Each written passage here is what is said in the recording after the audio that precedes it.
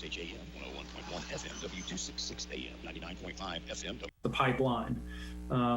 They're allowed to push so many decatherms through that pipe to supply their customers. So we buy that, and it's basically guaranteed to us that we'll receive that kind of delivery. We have more excess capacity than we actually use at the moment. And so the gas marketer that you have in place right now, Earl Burton, is able to take that excess capacity that we have committed at the pipeline level and turn that into revenue for Rockwood. So you guys are actually receiving cash for that excess pipeline availability because Earl's able to market that and sell it for you. That pipeline, though, and the cost of that pipeline is what we call the demand charge. And that runs about $56,000 a month. That is a solid cost that you have every month for 12 months. And so we try to split that demand up between what our transport customers pay and what our residential and commercial customers pay. And we did that years ago in the rate schedule so that we can try and recoup that demand costs from different classes of customer in a fair and a proportionate way. We're seeing that trend, obviously, in the transport revenues that we're not collecting because our industrial customers are still struggling. So we may very well have to cover that additional cost this year, and we may have to revisit that rate structure as time goes on. So we continue to monitor that, just so you know. So we're trying to pay attention to that as time goes. Excuse me. I noticed, Daniel, for the whole utility, the water, wastewater, and gas, we're about $173,000 behind where we were last year. Now the things that you were talking about, the fees and stuff, do you think that is the main driver of that, or are there other factors that we need to consider and look at? I think there's other factors that we need to look at it in a multifaceted approach. It's not just one. It's not just one component.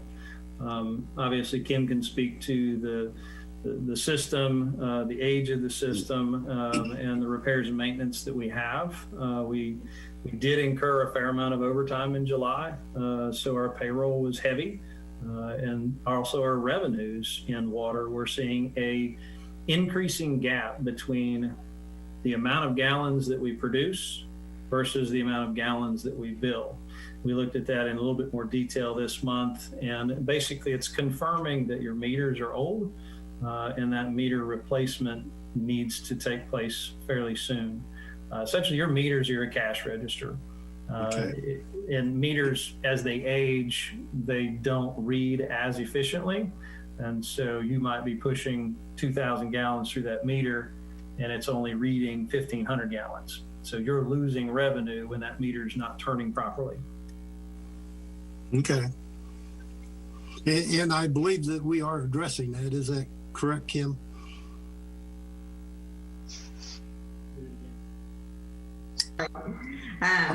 That's part of what our capital budget included, was looking at that, and we plan to have a proposal out so we can look at different options for that in the next couple of months. And we talked about rolling that cost into the potential bond issue that would come up in the spring. Okay. And I think it's definitely, I agree with Daniel, that's key to keeping us on track, because I think, well, I know we're losing money based on the age of a lot of our meters. Okay. Very good. Any other questions or comments for Daniel while we've got him on here? I guess not. With that, do we have a motion to accept the October financial? Motion to accept. Very good. We have a motion. Do we have a second? Second. We have a second. All those in favor say aye. Aye. Aye. Opposed? The ayes have it. So the financials have been approved for October. Kim, the general manager's report is next. Yeah, quickly, I just had a few things. At City Council last night, they discussed adding a walk-up to City Hall because, as you're aware, our City Hall payment office is now closed to the public. We're doing everything over the phone. We still have our clerks there. So we're handling everything that way. City Council is prepared to make a walk-up type window in probably the January, February timeframe, which I think we may still be in this situation at that time. Sure. Either way, it could be helpful to a lot of our customers. I'm going to mention very quickly that we had I know I notified you all by email, but we had a severe water leak last night in front of our water plant. We did have a lot of cleanup that had to be done to the water plant because there was water inside the plant from the water leak. In fact, as of today, I went ahead and filed an insurance claim for the driveway because we have some pavement damage. So we'll see. There's not any damage to the plant that has not been cleaned up. So we were very fortunate with that. It has been really difficult because we've got a smaller staff right now due to some quarantine issues, and so we had our staff out most of the night last night, and they did an excellent job. I was very pleased with how they came in while they were on vacation, the ones that could, and stayed there all night after working all day. So I was very pleased with how our staff worked together, and we got service back to everybody before their work day and school day. That is probably the main thing. If you don't have any questions, I think everything else is on the agenda. Okay. Anybody have any questions for Kim? Very good. Then we'll go to start with the old business, I&I update and crew activity reports. I'm going to have to ask that we defer and next month or the next meeting do several months at a time because there were problems with our printer getting that report printed out for you. So I apologize for that. Okay. Defer that.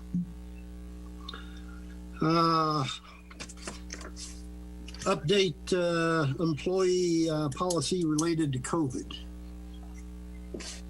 At the last meeting, I discussed, we've updated our plan several times since April, and you all requested that I talk to the health department to try to see what they recommended, and I have done that. The recommendations change constantly, so I've got different answers at different times. I did include Tennessee Department of Health COVID-19 contact tracing for employers. Basically, the one change I was asking to clarify from our current standard is during a quarantine, if an employee has a direct contact and test negative, can that essential worker come back to work? And what I would recommend is if we can put that worker working alone and not with other employees, then we would allow them to return to work. Basically still keeping them isolated till that 14-day time period. Okay.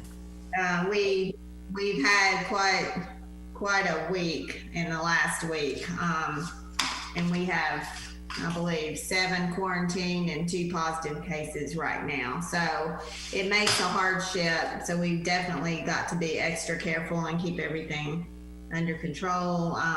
Everyone's following safety procedures. I think it's just the nature of where we are. So that's really the main change that is in this. Otherwise, it pretty much follows the Department of Health. Right now, if someone is a direct contact, then they are quarantined for 14 days. If they test positive, they are 14 days, or unless their doctor gives us a notice that they are cleared to come back to work. Okay. Anybody have any questions on the COVID document for Kim? Now, we needed to approve that last month, did we not, Kim? And then we had some questions that you just covered. Right, so that's why we just brought it back. You had some questions about the health department recommendations. Okay. So, So we need to make a motion to approve these changes. Is that correct? that's correct. Okay. Do we have a motion to approve the changes that Kim has made to the COVID-19 document? Motion to approve. We have a motion. Do we have a second? Second. We have a second. All those in favor say aye. Aye. Opposed? The ayes have it, so that has been approved then. Thank you. We'll distribute that to our employees tomorrow. Okay, very good. Next on the old business is consideration and approval of change order number 1, 2019 Cdbg wastewater collection system improvements. This is the project that you all approved the contract last month at the call meeting. We have not actually started the construction, but at the pre-construction, the contractor pointed out several areas, and after doing the field review of things that we needed to add or deduct or adjust, and we wanted to go ahead and get those addressed at this time. There is a change to the contract of $16,986 additional. This contract with the grant includes about $30,000 to $32,000 of inspection costs that we will be doing the inspection with our staff. So we don't anticipate to spend that much. So the net increase of the project probably will be very similar, but the contractor's price is increasing by $16,986. Okay. So I would ask that you approve that so we can keep moving. They plan to get started in mid-December. Okay, and that's right around the corner then. Does anybody have any questions on these changes for Kim? I don't hear anything, so I guess do we have a motion to approve the change order number 1, 2019 Cdbg? Motion to approve. We have a motion to approve. Do we have a second?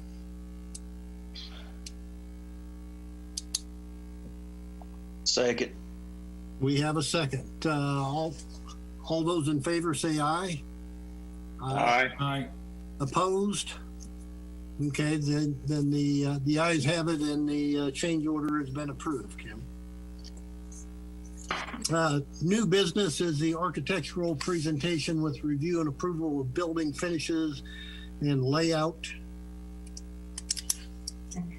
As we discussed at our meeting a couple of meetings ago, the FEMA permit is very close to actually being submitted. They're wrapping up the grading plan and getting that ready to move. So I had talked to our architect, David Collins, with McCarty Hall Sapple and Associates about getting back on the project, getting it moving as far as getting the bid documents and drawings ready for bid so that we can move concurrently when we actually receive our permit.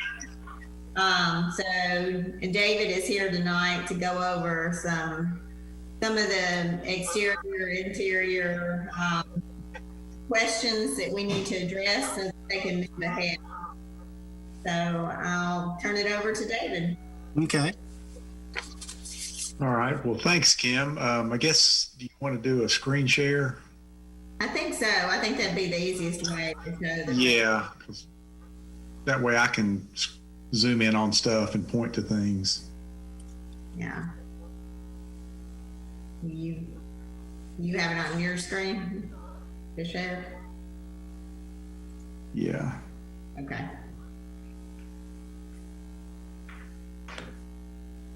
When I pull it up, it says host disabled participant screen sharing. Oh, okay. Hang on a minute.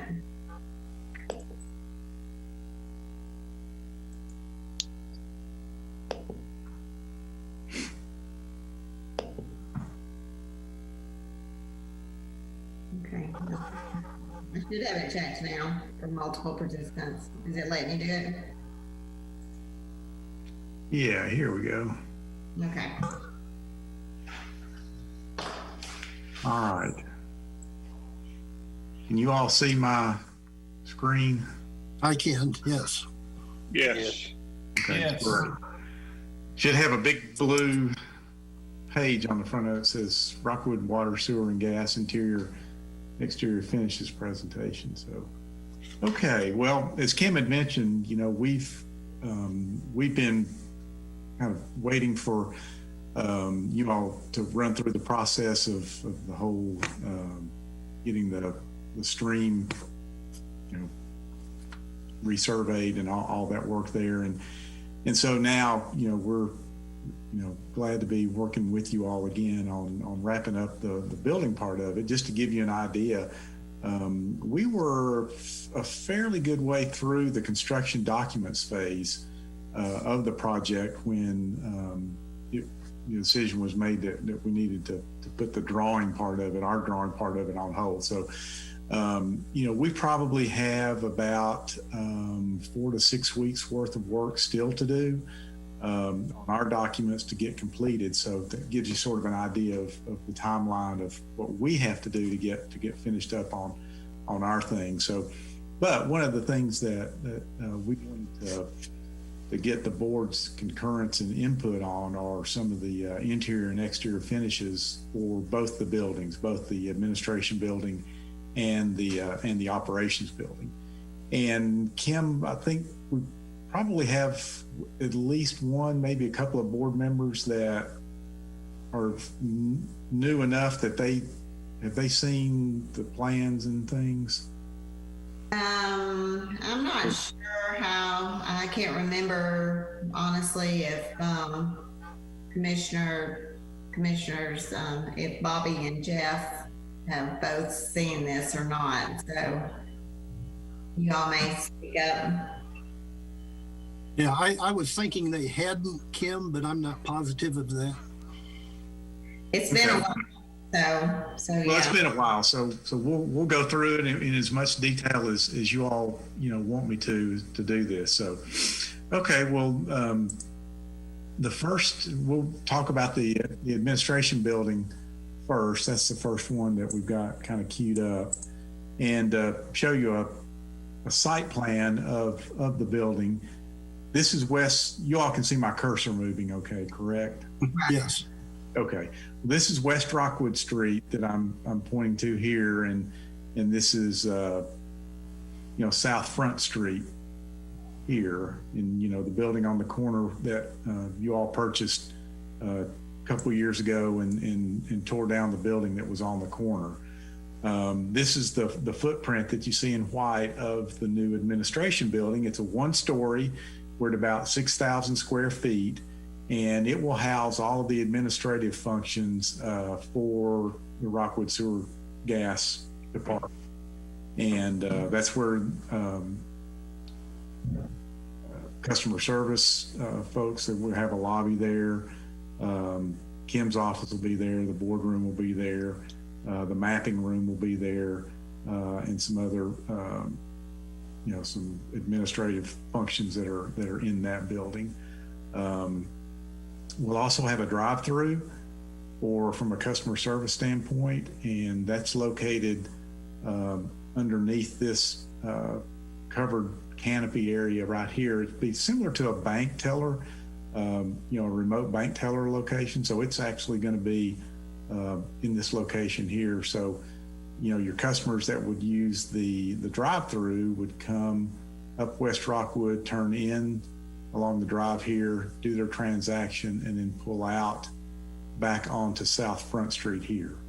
We have employee parking located in this lot here. Of course, I think if any visitors could park there too, but since the front door of the building is located here, we would assume that most of the public parking would be in the street parking that you have on West Rockwood and on South Front Street.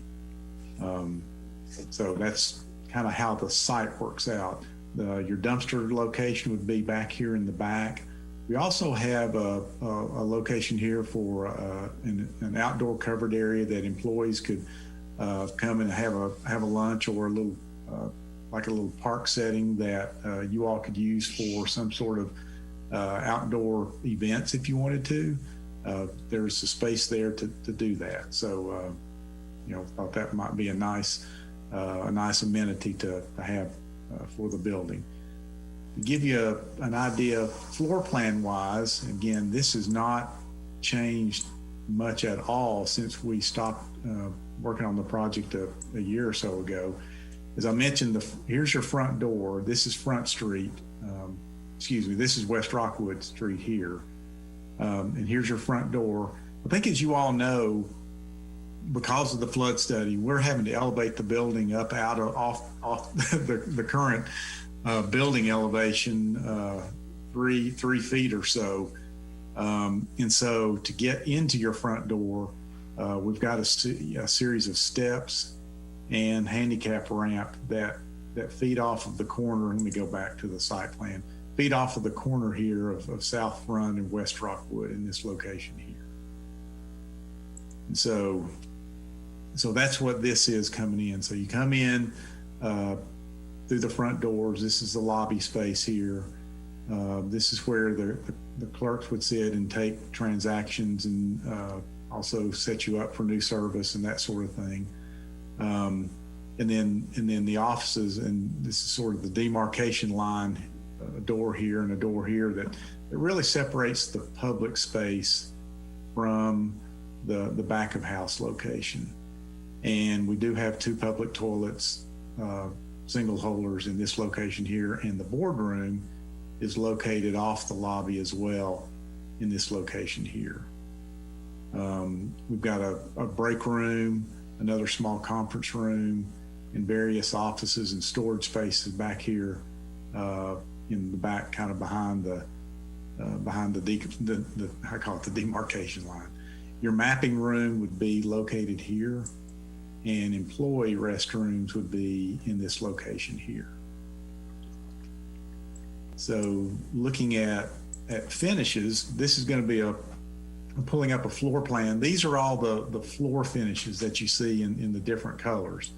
And they're not meant to necessarily represent what the actual colors of the floor are. I've got another diagram that has images of what the actual components are. When you come in, we'd have a carpeted walk-off mat at your front entry so that people aren't tracking in, rain and mud and that sort of thing in the lobby.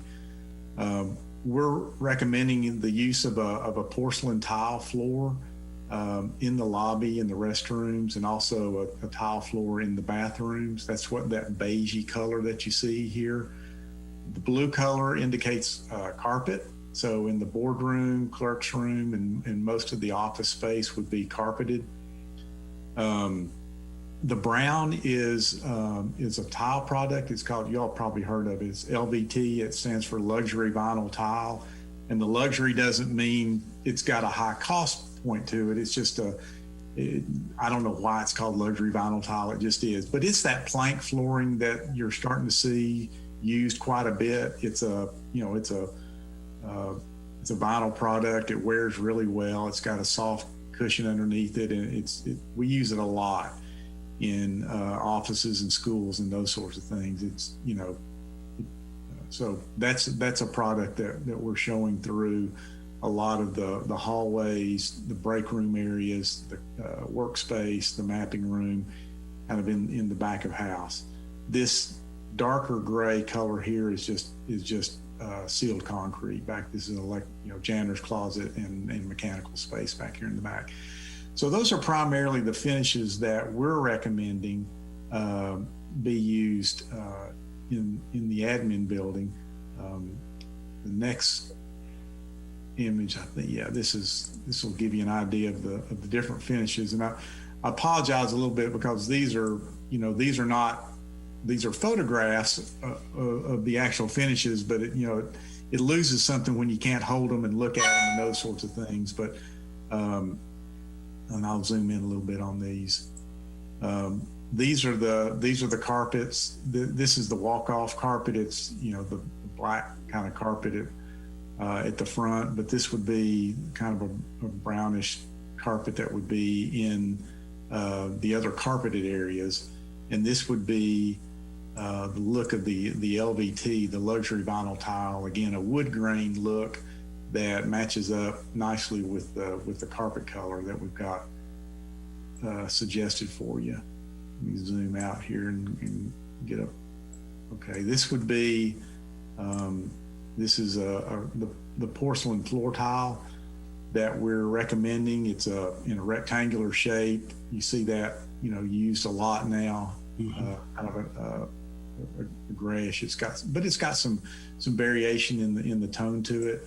It also matches up real well. You see this is the ceramic tile that we would use on the walls in the bathroom, the ceramic wall tile. So those would go together, as well as the floor tile in the lobby. I'm going to zoom out just a little bit and show you. These are the wall colors for the paint that we would have on the walls. Primary color would be in the public spaces, would be this off-white color, using something that's got a little bit more of a gray in it for office spaces and those sorts of things. And then these are 3 accent colors that we would use in various locations in the office, in the mapping room, just to give pops of color. I think we're showing this color and maybe on one wall in the boardroom, just to give it a little bit of a pop. And then these images down here are your millwork and your casework in the facility. The brown is the face cabinets, of your wall cabinets and your base cabinets. This is the vertical faces, where your drawers open. It would be this wood product.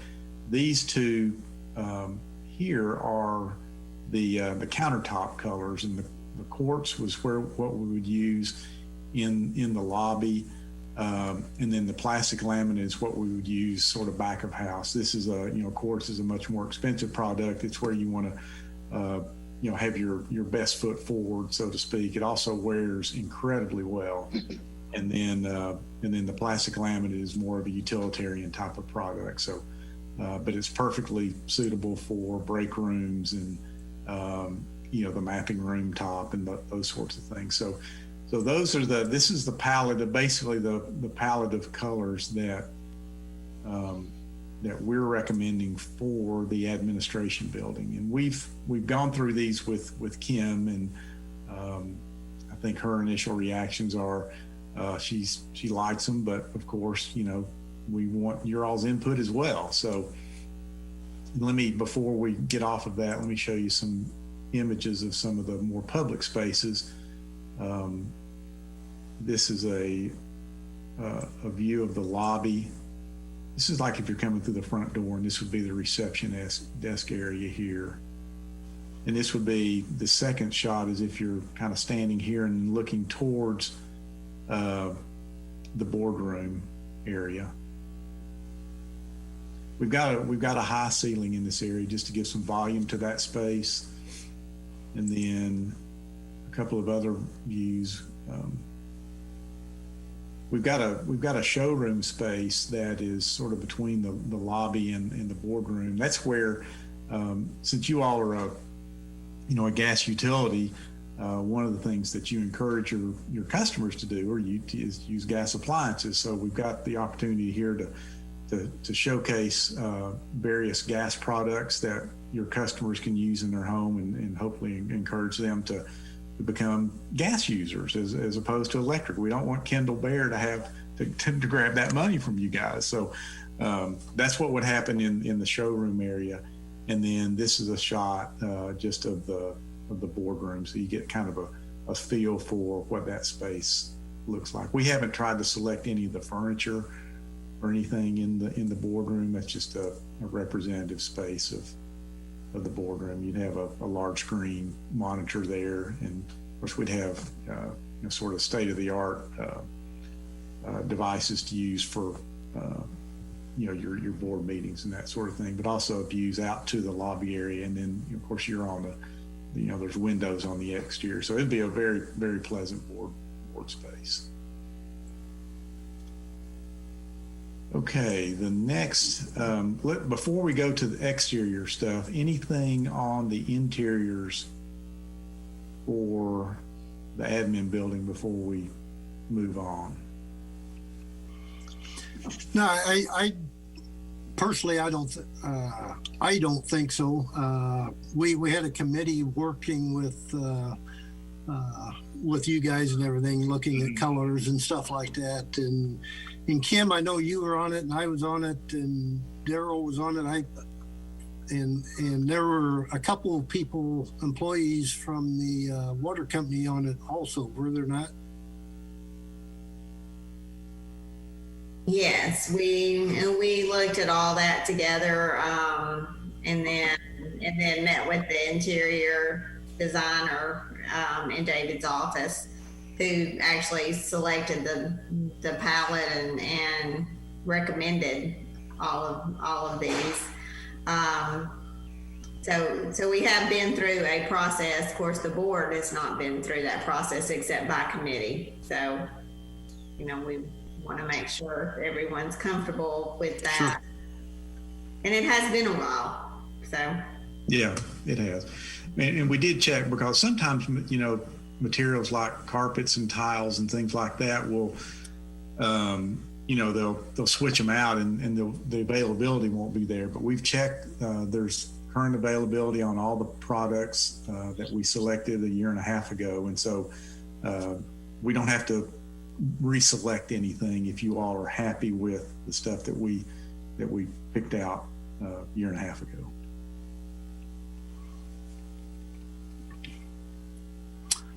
I don't know what the best way would be to bring the rest of the board members up to speed other than what you're doing right now as far as the color selections and floor selections and all that kind of stuff, how much detail we need to go into and how do we do it, I guess would be the biggest question right now.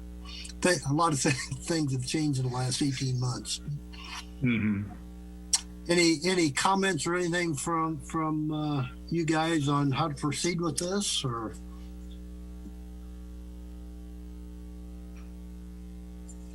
My comment is to let Kim and them pick out what they want. They're the ones going to be working there, not us. So I don't see the need to be picking out anything for them. Okay.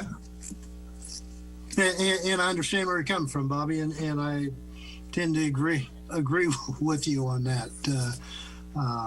Again, we're saying about getting old as a memory, but if I remember right, we went through a lot of potentials, and I think everybody thought it looked pretty nice with what we had, interior and exterior.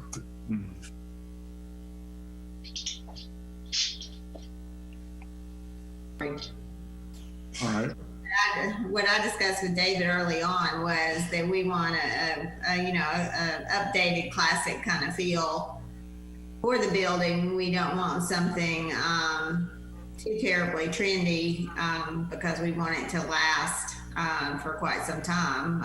This is a big expenditure for the utility. Definitely a huge upgrade from where we've been. So we're excited about our customers seeing that. We don't want it has to be redone in a short period of time. So I think they've done a good job of doing that. Yeah, and just for Bobby and Jeff's update on there, when you come in the lobby and I believe there were 3 people working in the front area there. They also run the drive-through. Is that correct? Because those are tubes. That's correct. Yeah. Okay. And they are also separated from the customers coming in with the bulletproof glass and locked doors and all that kind of stuff. Is that correct? That's correct. Yeah, you can see, a little hard to see in this rendering, but yeah, there's glass around where the reception area is, and there's a door that goes into that space that they're in. So yes, they're very well protected. Okay. And then, yeah, this is a door that you go through to get kind of into the back of the house from the lobby. Okay. And I think that's where people would go in for new services and stuff too. Is that correct, David? Yes, we've got an office. Load this up off of. Yeah, it's this space right here. Okay. That is accessible. Yeah, from the lobby. They would come through. And the clerk would be on the other side on the right side of that, correct? That's correct. Okay. Yeah, the customer service staff is there, and this is a like a pass-through window as well. So that. Okay. Yep. Okay. Well, and certainly, if you all have any other questions, after the presentation's over, feel free to get them to Kim, and she can get them to us, and we can revisit things or whatever. But okay. In the interest of time, we'll push on to the exterior views, if that's all right, Mr. Chairman. Sure. Okay. And again, this image has not changed dramatically from the last time that we presented it. One of the things that we do want to do, though, is get your all's opinion on an option on the brick for the exterior building. We had originally showed an option, and actually it falls under option 2, of a reddish brick that is somewhat similar to what Kendall has down the street. We wouldn't recommend using the same grout color because that makes it such a monolithic look. But we also are looking at a brick that has some blend in it, and I can get into more detail on that. You'll see that when I pull up the actual images of the brick itself. So I'm showing an option 1 and an option 2 just on this exterior view, so you can see kind of the look and what it does to the look and feel of the building using a different type of brick. This is the brick. This one in option 2 is the brick that is color-wise is somewhat similar to Rockwood Electric, although we would use a more beigey mortar in there, not the red mortar that we have on that building. But this gives you a little bit more of a modern kind of contemporary feel, I think. This option 1, the original option, is a brick that has more range in it. It's got some brown in it. And so I think it gives a little bit more of a timeless look to it, a little bit, shouldn't say older is not necessarily the right term, but a little bit more of a timeless look to it, and maybe blends in a little bit better with downtown Rockwood. So that's one of the things that we would welcome your all's input on, whether an option 1 or an option 2 on the brick color. The other color that you see, the other material that you see, is a cast stone. Again, it's a man-made product out of natural materials. But it looks like limestone. It's a very handsome product, but it doesn't have the cost of limestone. We use it on several kind of. It's a great product to use on a civic building. It kind of gives it that civic look without the cost of real, quarry type stone. And then the canopies, we've got these metal canopies, and you'll see those more in the back when we get around the building on views. And those are the primary colors that we have on that building. We've also tried to hide the look of the front entry, so that when you're coming down West Rockwood, you don't perceive that this building's really 3 feet out of the ground. So we've extended a retaining wall that hides the stairs and the ramp, and put a planter in front of it so that visually it's not quite as noticeable that the front door is actually up out off the grade of the sidewalk quite as much. So that was one of the things that Kim encouraged us to look at, was how to kind of disguise that, for lack of a better term. No, and myself, I think that looks good. But you said on the option one, David, that you thought that brick would blend in with the surrounding buildings better. I know with the overhang and stuff, we were trying to get it to where it kind of blended in as well as it could. Right, and you know, what we can do with the canopy too is, you know, have some of those metal rods that come out of it to help support it, and that's probably actually how it will really be done. And that's kind of a timeless look for canopies. If you remember, kind of back, you know, in the 50s and 60s, canopies were supported off of buildings in that way, and so I think there's some things we can do to make this building look like it's maybe been around for and not quite a brand new building, and sort of blend in with the character of some of the buildings up and down the street. Now, if you want something that looks more new, you know, this is certainly a very handsome look in my opinion, and very modern look. And I like that one just as well, but it's, you know, it's not my building, so. And that's something I guess we could discuss. I like I say, I believe we wanted it to try and blend in as much as we could with the others, but I could go with either one myself. But. Well, the good thing is both of these brick are cost just about the same. So you're not paying a premium one over the other. And, you know, it doesn't cause us to detail the building any differently. And so, you know, when we put the drawings out to bid, it would be nice to kind of nail down that decision, but it's not anything that we need to decide tonight per se. But I did want to put, you know, the two options in front of you for you all to consider. Okay. And if it would be possible, I don't know, not real quick on switching it back and forth, but is there a way we could get copies of sent to us of both variations, I guess, so we could compare them side to side and stuff like that? Yes, I've sent this presentation to Kim. She has it in digital format, and we can also print off copies if you want, so you can kind of put them side by side. It's and take a look at it. Okay.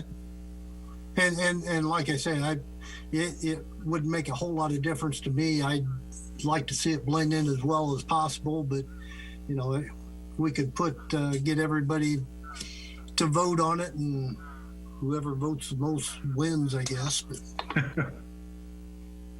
But like you say, there isn't a day and night difference between them at all.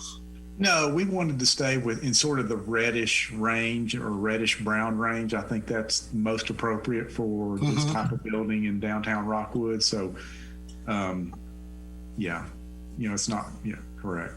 Okay. Let's go ahead and show you some of the images as we work our way around the building. This is more of kind of a head-on view. This gives you a better shot of, you know, as cars go through the drive-through, they would drive through this portal. And I think we talked about when we first designed the building, you know, a couple of years ago, why we wanted to include this element along the street edge to sort of help complete the edge of the street there in downtown. You know, you don't want to have too many open spaces in your building look like it's sitting out on an island all by itself. So this little device helps you, you know, kind of make your building look a little bit larger along the street than it really is. And also signifies, you know, the opening for where your customers will drive through to get to the drive-through. That's the drive-through kiosk here in the back. And again, just for Bobby and Jeff there, originally the drive-through went the other way, and we had a person up there that would talk to the customers, but there was a concern about pulling out on Rockwood Street, and we had to raise the drive and everything else. So going in the other way and putting the tubes in, going back to the office seemed to be a great fix to the problems that we had. That you're exactly correct, Lauren. The drive-through used to sit right here, and because we had the building so far out of the ground, to physically access it with from your car window, and then try to get back down on grade, it was just it was just going to be a really difficult situation. Yes. This is a much better solution. So you'll pull a car up and you'll access it here like you do on a remote, bank ATM or whatever. It'll have the tubes that'll shoot over to the customer service desk there. Okay. And then coming on around the building, this is the view from South Front Street here. And your parking lots here, and there's South Front there. So that's in this image will give you a better idea of the differences in the two brick. This is the okay. brick. It's got the range in it, and this is the brick that does not. And so this is what that cast stone material looks like, and then the metals would be a dark bronze kind of look. So that almost looks black on the screen, but it's a real brown black. So. Okay, any more questions before we go to the operations building? I'm good. I think if anybody else isn't, they would speak up. So. Okay. All right, operations building won't take quite as long. It's not quite as sexy a building, so. But it is important that we talk about it, because it is a significant. This is about 18,000 square feet of space that you're building, and so this is sort of an overall. Let me zoom in on that a little bit. Overall site plan. This is again, here's South Front Street as it runs in front, and this is Truckers Lane here, and I don't even remember the name of that. Okay, Rathburn Street over here on the left-hand side of the sheet. And you all have purchased these parcels here and demoed buildings on these parcels, and you also own this parcel back here in the back. We're locating. Negotiated on that one. It's not been purchased yet. Oh, it's not? Okay. We'll get back on that process as we're moving ahead with things. Okay, that's the one that Chamberlain Memorial. Yeah, the church is a church that owns it. Yeah, that's right. That's right. So we've got the warehouse building located in this spot right here with a drive-through loading, and I'll show you this in the floor plan. So the trucks would come in. Well, yeah, come in from this way and then flow through, and they'd load up for the various jobs in the day in here, and then pull out and go to the jobs off of Trucker Lane.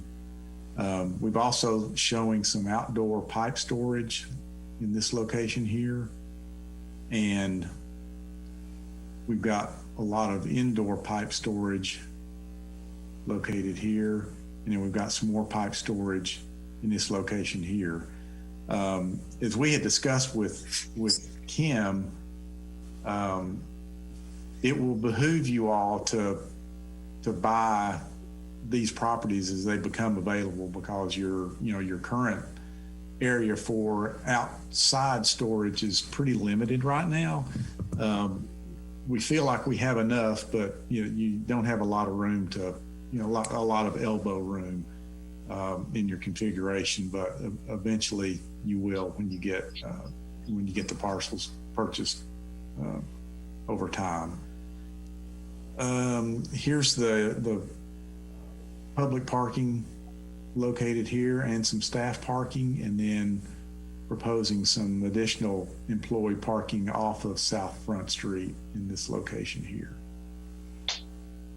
And yeah, this is the location where the fuel aisling would be, and your gravel and dirt and those sorts of things that you all use on your projects. Then to look at the floor plan of the building, this is the main sort of warehouse and loading space here. It's a big blow through, drive through. The work crews will come in and load up inside the building for most of the small parts or smaller parts, which are housed here, and any pipe and items that are housed here. The crew area is located in this spot here. Let me zoom in a little bit on that. There's a crew break room with a kitchenette area, a training room that'll house somewhere between 40 and 50. Whoops, I keep bouncing this thing around over here. Warehouse manager's office located here. We have recently flipped the SCADA from over in the administration building over into this building here. And then crew leaders, meter readers would have a spot here. Going more towards the front of the building, this would be, the public entry. So the operations manager would be located here, mechanical, laundry space, janitor's closet, this area here. And then the locker space for the crews are in this location here.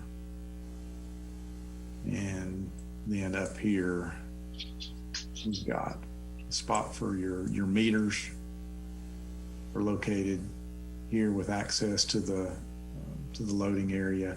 And then we've got a welding and fabrication shop with its own separate entry door in this location here. We're making up of various parts and those sorts of things, components that you'd use out in the field. So that's the look of the warehouse. Just to give you an idea again of the finishes. Again, a very utilitarian building, and so you've got a lot of this gray. This is a sealed concrete floor in this location here. Hang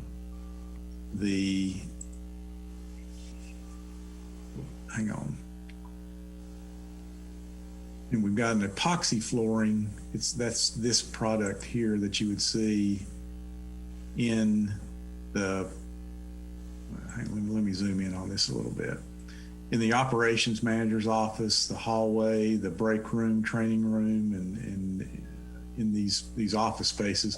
An epoxy flooring that's very, very durable type of surface. It's a real non-slip type of surface, but it's a little bit nicer than just a concrete floor, but it's not as it's not a ceramic tile floor. It's not slick like ceramic tile. Now we've got tile in the locker rooms, and then again, just the sealed concrete in the mechanical space in the laundry room. So we wanted to introduce a little bit of a product a little bit nicer than just sealed concrete in these spaces here. So we're recommending, let me just zoom in on that, this epoxy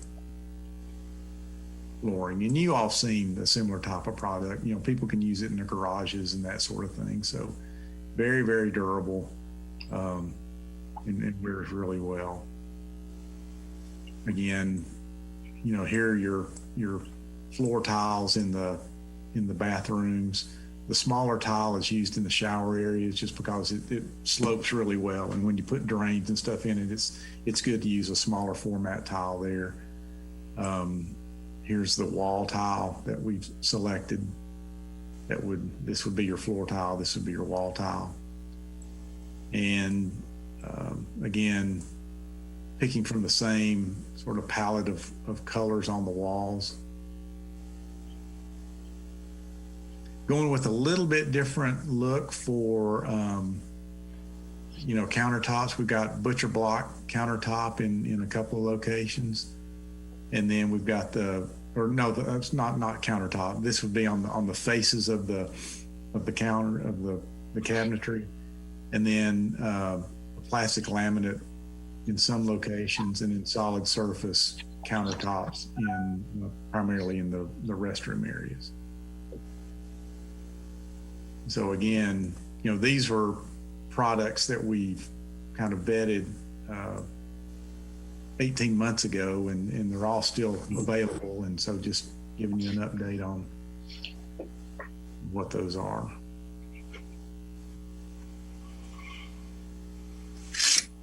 And then, so we're about to bounce to the outside of this building. Any questions about the interior finishes? No, I don't think so. Okay. And again, we're going to want to show you a couple of options for the metal building piece of the project. Again, this is it's a big warehouse space, as you all are aware, and so I'm going to zoom in on this a little bit. We've got a combination of metal skin on it, like you see on a lot of warehouse buildings. The beigey kind of look is a painted concrete block. Bringing the metal siding down to the ground in this type of situation with a lot of vehicles driving around, a lot of product getting moved around, felt like it made more sense to have a block surface that if you run into something, you're not going to dent up the metal, but introduce the metal up above where the odds of it getting banged up are minimal.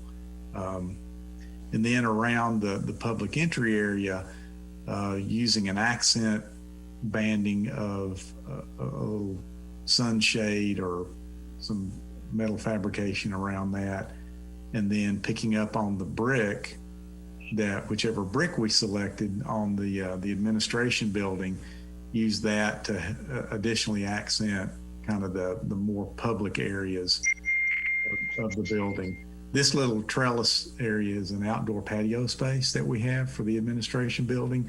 And then again, this is the public entryway into the building with the parking. So what we wanted to show you were options for, of course, we've talked about options for the brick, but the metal building also comes in a variety of colors. And so we have traditionally shown in other presentations to you all the blue.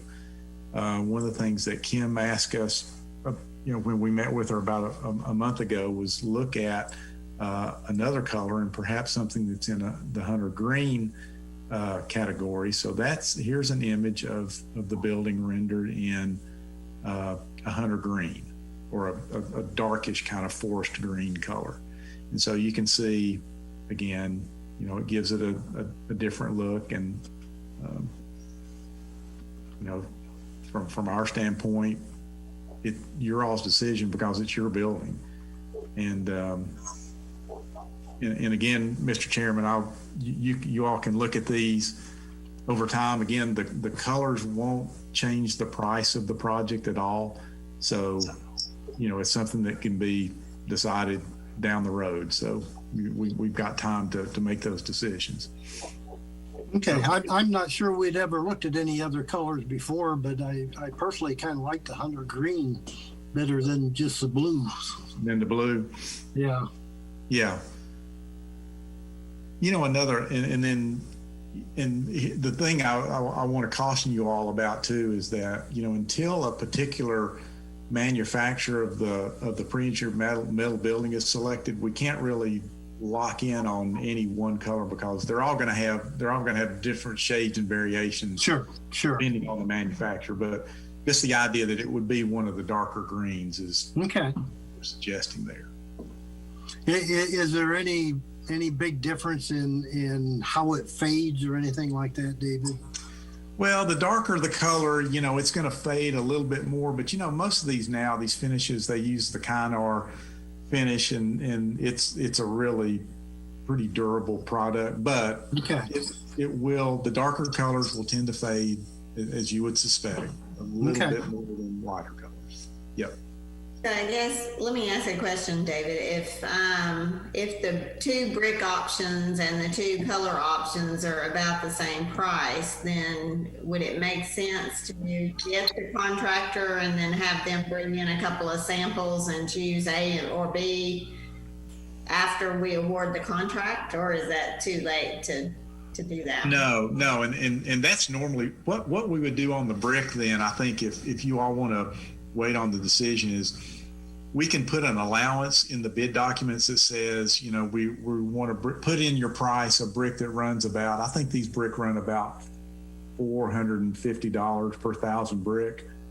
So we could put that as an allowance in there. So everybody's going to bid that number. So regardless of who you get, you can select whichever one of these two options, and we can bring in other, there's probably 10 different brick that you could look at, but and the same thing on the metal, the color can be selected, once we get a manufacturer picked. So Okay. yeah. Okay. Just to continue let me zoom out a little bit there. This is a view that looking at the covered canopy area where the outdoor vehicle storage is. This again is Front Street here, and this is Rathburn up here, but you've got a nice covered canopy area there. And I guess this is one of the items that we talked about, if from a budget standpoint, the bids don't come in where we need them to, this could be an optional item. I know you all want to try to get all this in, but this would be one area that you could defer installing this piece of it at another date. And this is just more of a close-up view of kind of that public area, just showing you the use of the brick and this little canopy, and then the metal up there. And again, just looking at, here's, the two different brick options that we talked about for the admin building. The block, a painted block that's sort of in a beigey range, and then, this shows the blue and the green. And then the white accent would be sort of more of a bone white, not a pure white. Don't want it to be pure white, but more of a bone white color. So that's what we've got. Very good. It's been a long time. It's hard to believe. It has. It has. But fortunately, we've picked stuff that we don't have to repick again. Particularly on the interior, those materials are available, and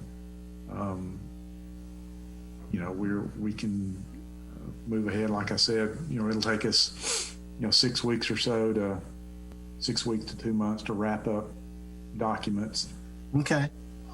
Just to talk a little bit about time frame, Kim, I know you all are going to be submitting to FEMA here hopefully in by mid-December. I'm guessing, Kim, that's hoping the time frame, I guess, and that kicks at least a minimum of a 90-day review period with those folks. So probably won't hear anything out of FEMA till what would that put it, April or so. But that's a perfect time for us to get our drawings completed. And we could even, if you all want, you all could even go out to bid during that time and have a contractor selected and ready to go as soon as FEMA gives you the nod to that you're approved. So I think the timing on it works pretty well. Okay. Bobby, Jeff, Joe, anybody have any questions on any of this? No. Okay. Is this the first time you've seen this, Bobby?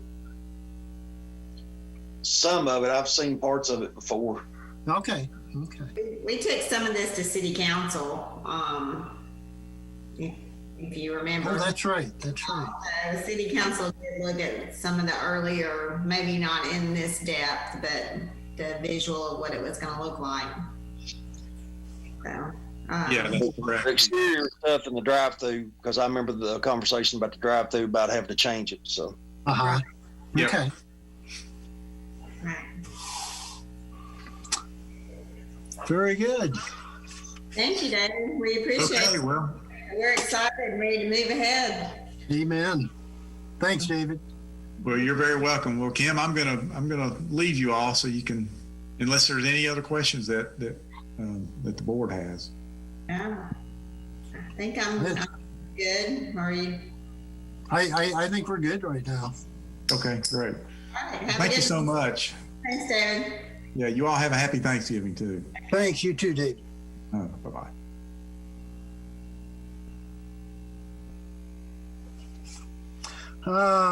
Let's see. Next up is a financial update from Daniel. I don't know if we need to cover anything more or not. Well, I wanted to review with you the financial ratios that we do every year. Some of you are new okay. to the process. So we've got preliminary financial statements for the June 30, 2020 year end. So I wanted to share that information with you on the preliminary numbers. These aren't the audited numbers. We're waiting for the auditor to do their work. But let me jump over here and see if I can get you started. Okay. See if that's up on screen yet. Mm-hmm. It is. Okay, so for those of you who are new to this process and haven't been involved in any of my training, we do a number of different training seminars for utilities, and this is incorporated in one of those training seminars. It's basically extracting information from your financial statements that becomes meaningful to the conversation of where have we been, where are we now, and where do we want to go, so that you begin to implement the decisions that will help you achieve where you want to go. The ratio we're looking at here is called an asset depreciation ratio. Essentially, it tells us the age of your system. As we get older pipe in the ground, older plants, those things get depreciated off. We're going to have to at some point reinvest in rehabbing that line, replacing that line, rehabbing the wastewater water treatment plant system.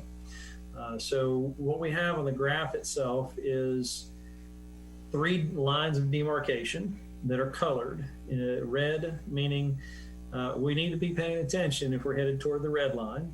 The green line is we're headed toward the green line. We're making progress in the direction we want to make. So these are guidelines really for you, and these are your actual numbers for 2016 through 2020.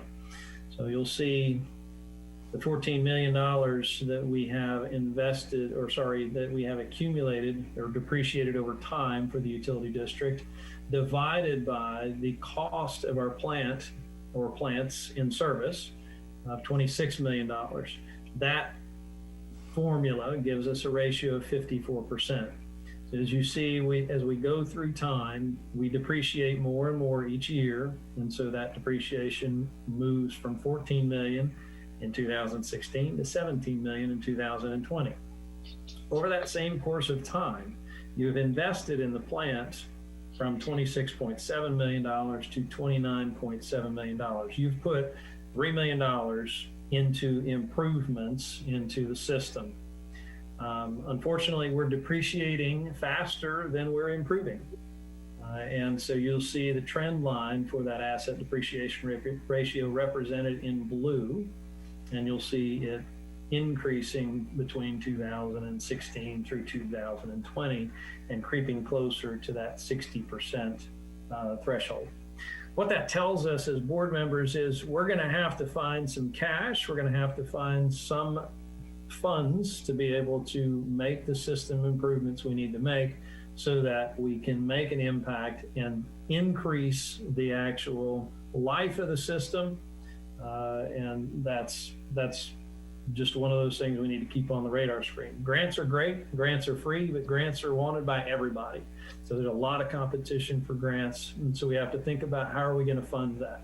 We try to find a healthy balance financially between funding that with our own cash reserves and funding that with debt obligations. So your rate structure will help you accomplish your desired goal for that healthy financial response. Next ratio we look at is our debt to equity ratio. This is essentially our long-term debt divided by our equity. You'll see that the equity back in 2016 was $10,500,000. And at the time we get to 2020, it's $11,400,000. So it's our equity is increasing. What that means is you reported a positive increase, revenues over expenses, year to year to year to year. That excess of revenues over expenses is being invested into your system. That $3 million increase that we saw in fixed assets, the cost of plant and service, much of that was funded with our own self-funded capital. Some of it was funded with debt, but a lot of it was funded with our own self-funded capital, and that's going to be coming from our revenues over expenses. Our long-term debt is the numerator in the equation, and it started at $4.9 million in debt. You can see our $1 million borrowing when we had a sewer failure in 2017. But look at the progress that you've made as a board in reducing your debt between 2016 and 2020. You've gone from $4.9 million. You've invested $3 million in the plant, and now your debt's at 4.4. So kudos to you. You see the trending for this is going the right direction. That's what you want to see. We look at our operating ratio. That operating ratio is going to be our revenues divided by our operating expenses. And in this ratio, we include our depreciation, because why? When we include our depreciation, we are considering the fact that we're going to have to replace that pipe in the ground at some point in time. We're trying to capture basically and understand, are we covering that additional plant improvement we'll have to make down the road? So there are operating revenues in 2020, $3.9 million, our operating expenses, 3.8. You can see that our trend is going the wrong direction. We're going toward the red line. So how do we fix that? Well, we can fix it two ways. We replace the meters. Our meters read better. We have better operating revenues. We find a way to reduce our expenses. If we replace that truck that ends up having to cost us significant repairs and maintenance and downtime, if we replace that other equipment with better equipment that makes us more efficient in our job, while it's increasing the cost of our capital and it's taking cash to do that, there are operating expenses that are saved at times with those kinds of improvements. So there are two different mechanisms that we look at and try to find a good balance between those two and how to make this ratio begin to turn toward the green line. Next one is our days cash on hand. Essentially what it represents is in a period of crisis, when you have to continue your operations as a utility district, what do we do when we can't collect from our customers, but we have to get the system back online? We realized this year with the COVID environment, that's a reality. And so we have to be cognizant of the fact that we need to maintain adequate cash reserves to be able to improve the system, get the system back online, and live for a period of time where we may not be able to collect revenues. So our cash and cash equivalents divided by our average daily operating expenses. So we took a dip and went down the wrong direction in 2018-19. At the same time, we paid down significant debt. So we used those cash reserves to basically fund capital improvements. We also used it to pay operational expenses, and we used it to basically pay down debt. We're seeing an upward trend toward 2020, but it's still not in the arena that I would like to see it. I like to see utilities have at least a half a year cash on hand so that they can weather those financial storms. So it's a goal we want to look toward achieving. Again, it's that multifaceted balance that we have to find between how much cash are we willing to hold, how much cash do we need to invest in the system, and how are we going to invest in the system using debt. Next ratio is what's called a quick ratio. Let's go backwards. And I like to use two different versions to look at. One is our quick ratio unrestricted, and we're taking our cash and cash equivalents plus our accounts receivable, and we're dividing it by our unrestricted current liabilities. So this is representative of what you have available to pay your current obligations. So between your cash and receivables, ideally your receivables are going to turn in 30 days. You're going to turn those into cash in 30 days because you have a 30-day billing cycle. So the customer should come in and pay that bill within 30 days. That's why we represent that as a part of our cash and cash equivalents in this ratio. So $1 million of those current assets divided by our current liabilities of $500,000 gives us a current ratio of 2.1. That's fairly good. It's healthy. The next ratio we look at, where are we with our restricted cash? Our cash and cash equivalents and accounts receivable, and we add that cash that we restricted as a board to pay our current debt obligations. So we take our current liabilities, which is our accounts payable and trade accrued expenses, and we add to that our current portion of our long-term debt, because that's going to be paid from those restricted assets. We got $2 million in cash, accounts receivable, and we divide that by our current liabilities. That ends up being a ratio of 1.7. Your minimum, actually, this isn't your minimum. I'll deal with that in a minute. It's still healthy at 1.7. Just watching the trend, though, we need to be cognizant of the decisions we make. Next ratio is our debt service coverage ratio. This is essentially how much excess operating revenues and expenses do we have to cover our principal and interest obligations on our debt.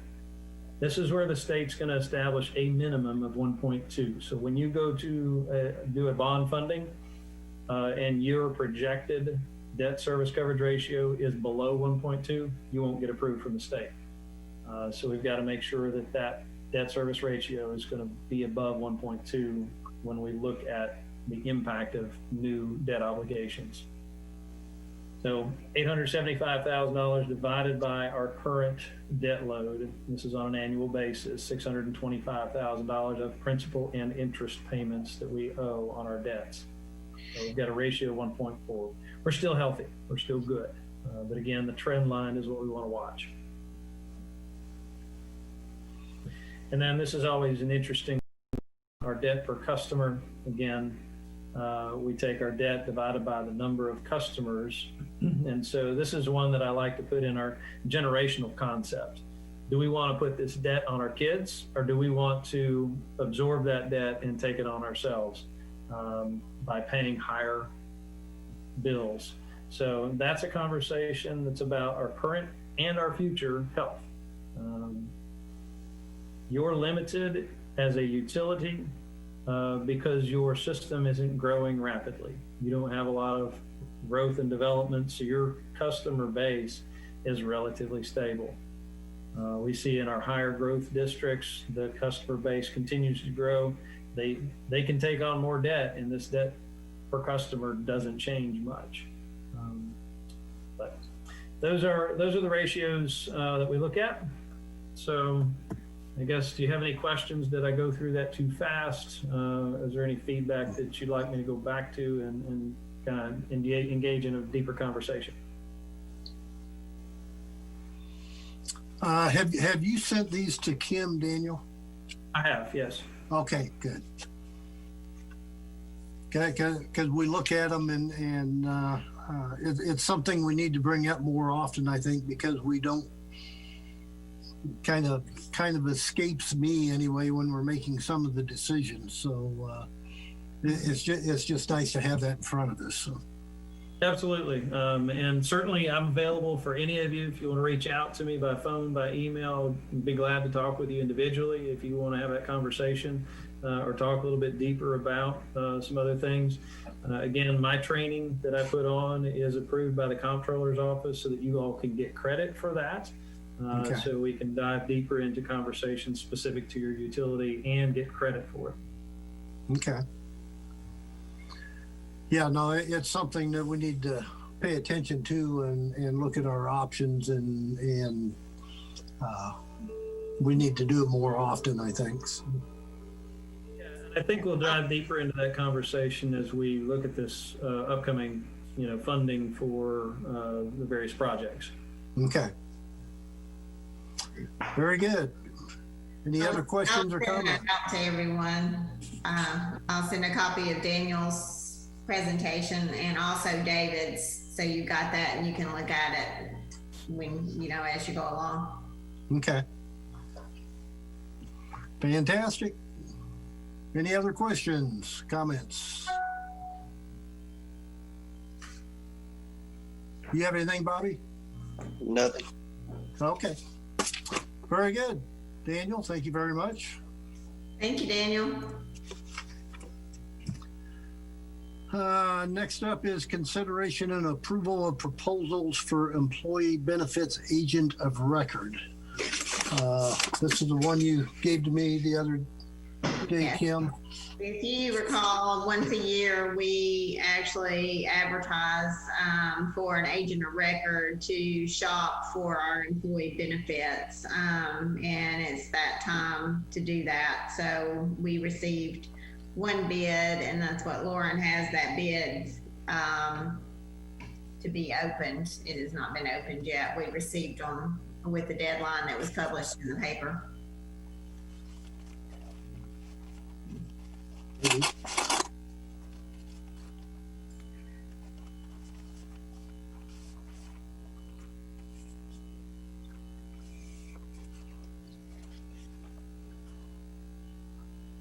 I don't know what in particular you're looking for here, Kim.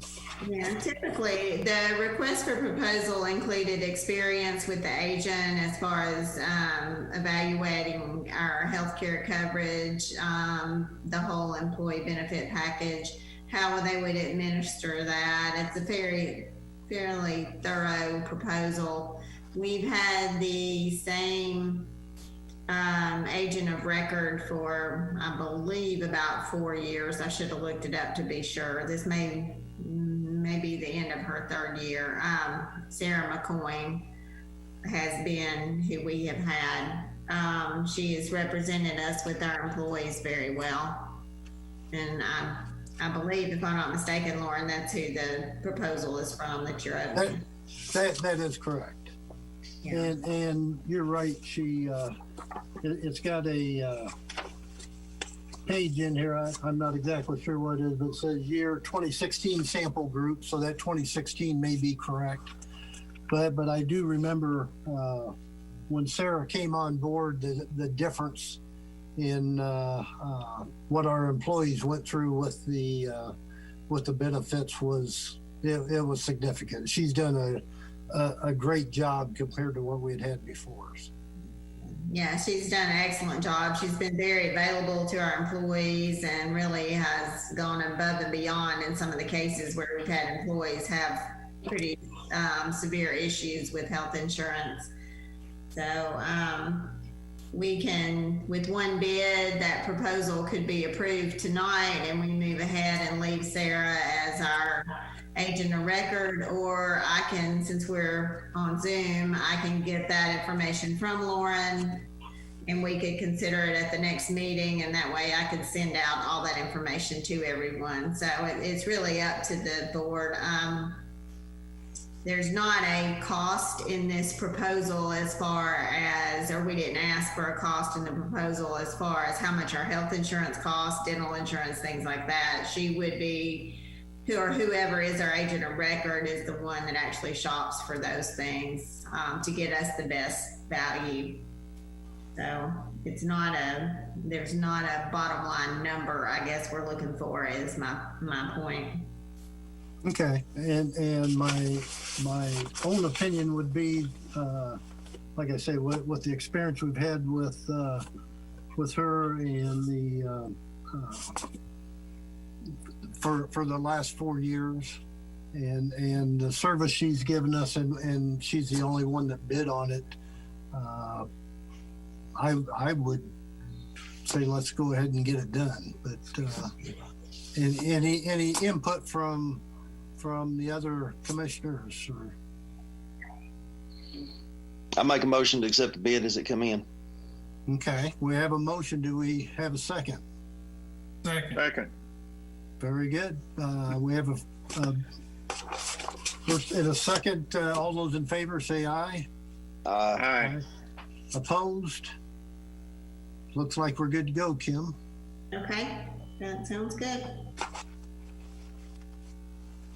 You want me to drop this off at the water company? Yeah, that'd be great, and I'll get in touch Okay. with her and let her know that she will be our agent for another year. Okay, I'll drop that off sometime tomorrow then. Okay, thank you. Next on the new business is consideration and approval of Christmas bonuses for employees. Yeah. Board has previously, over the last few years, awarded bonuses for employees at the November meeting. I put in your packet what we've done in the past. In 2018, regular full-time employees received $350 and regular part-time received $200. Last year, the board decided to increase that to $400 for full-time and $250 for a part-time. We did, in the budget, we did include this bonus since it has been done repeatedly each year. That was factored into the budget when that was approved. But it's up to the board to make that decision as to award bonuses and how much. Any comments or suggestions from the commissioners? Well, as far as I'm concerned, last month we voted to do the same thing the city done for the city employees. That's all I can support. There's nothing against the water department people. I know they do an excellent job. It's just that's all we could do for the city. So I can't support giving anything else that we didn't give to the rest of the city employees. Okay. Any other? They didn't get any kind of Christmas bonus. Is that correct, Bobby? They didn't get a raise. They got the $1,000 across the board, I believe is what it was, in those days off. And that's what we agreed to do last meeting, since we didn't give a pay raise and we didn't give no extra Christmas bonus. Okay. Any other comments, thoughts?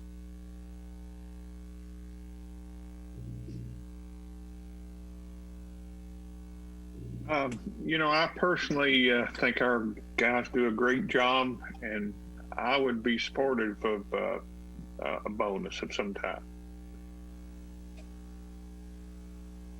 Okay. Any other comments? We've got one supporting of bonuses and another, and I understand where both are coming from. There's no doubt about that. So.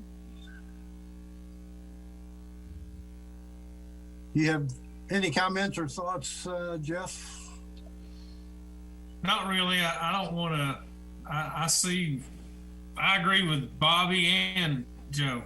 I understand. You've got to be consistent. I realize that, but I'm in the middle of the road. I don't really. It's a tough one. Yes, it is. Yep. Last year it was 400. What was it before that, Kim? It was $350.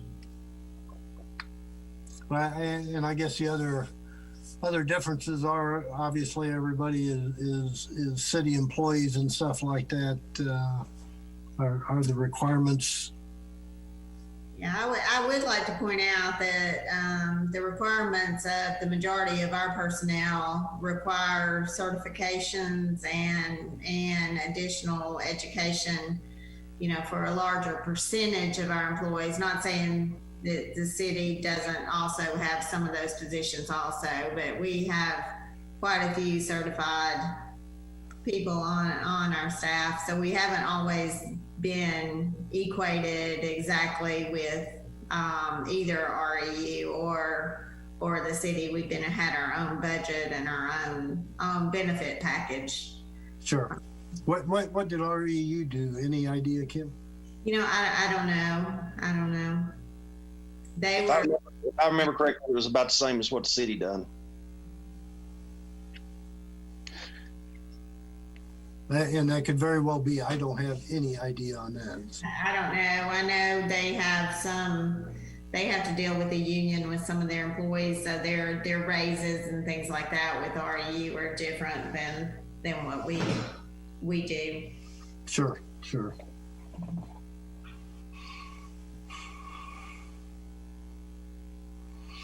Any other thoughts or comments? I guess the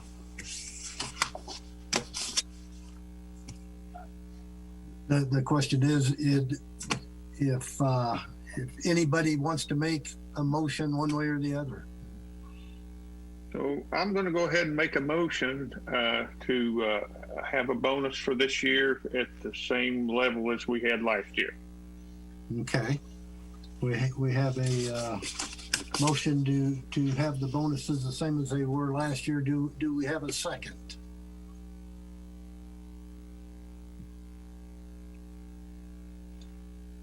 No second. I'm going to second that. I'll second Joe's motion. Okay. We have a motion. We have a second. Any other comments or anything before we vote? I guess all those in favor say aye. Aye. Opposed? No. I guess, well, the ayes have it then. So yeah, go ahead, Kim. Same as they were last year. Okay. All right, thank you. The employees will appreciate it. And the last thing is consideration and approval of December meeting schedule. We normally do not have a meeting in December unless there is a special need and we get contacted for the need to have a meeting. Other than that, we normally make a motion to skip December's meeting. Does anybody care to make a motion to do that and go ahead and skip December's meeting unless there is a called meeting necessary? Motion. Do we have a second? Second. Well, very good. We have a motion and a second. All those in favor say aye. Aye. Aye. Opposed? The ayes have it. One question I was going to ask him is on the credit card amounts or the 3% back or whatever it is. We approved that through the end of the year. Since we aren't going to have a meeting in December, do we need to do something for January? That's a good point. Yeah, you all just approved it through the end of the calendar year. So I would recommend, because I don't see things getting any better, and with our office currently closed until the end of the year to the public walk-in traffic, I would say that we go ahead and consider January the same way. We've had quite an increase this week in our credit card payments, but also Simply Bank. Of course, you can go to Simply Bank and pay cash, check. They'll take our payments with no fees whatsoever also. So there's that. Okay. That's picked up. So I think the more we can encourage that, the safer our employees are and our customers. So I would recommend that. And as much as I hate to say it, I agree that I don't think we're quite out of the woods yet by any means. So would we have a motion to go ahead and extend that through the month of January? Motion to extend. We have a motion. Do we have a second? Second. We have a motion and we have a second. All those in favor say aye. Aye. Opposed? Okay, the motion carries through January then. So next final thing on there is communication from the board members. Joe, anything you care to say? Well, just that I'm proud of all of our employees and the job that Kim's doing. I really appreciate everybody a whole lot. Very good. Bobby, you have anything? Nothing. Okay, Jeff? Well, wish everyone a happy Thanksgiving and be safe. Roane County is a hot spot for virus right now, it sounds like, and that's a concern. Yes, yeah, I think, boy, everybody's in a world of hurt right now. There's no doubt about that. And the only thing I would care to add is, again, thank everybody again, Kim, for all the effort everybody put in that water leak yesterday. It's, you guys are under fire. There's no doubt about that. And we appreciate all the work everybody's done there. And again, happy Thanksgiving to everybody. So, Thank you. anything else? Do we have a motion to adjourn? Motion to adjourn. I take the other one as a second. Very good. Have a happy Thanksgiving. Thank you.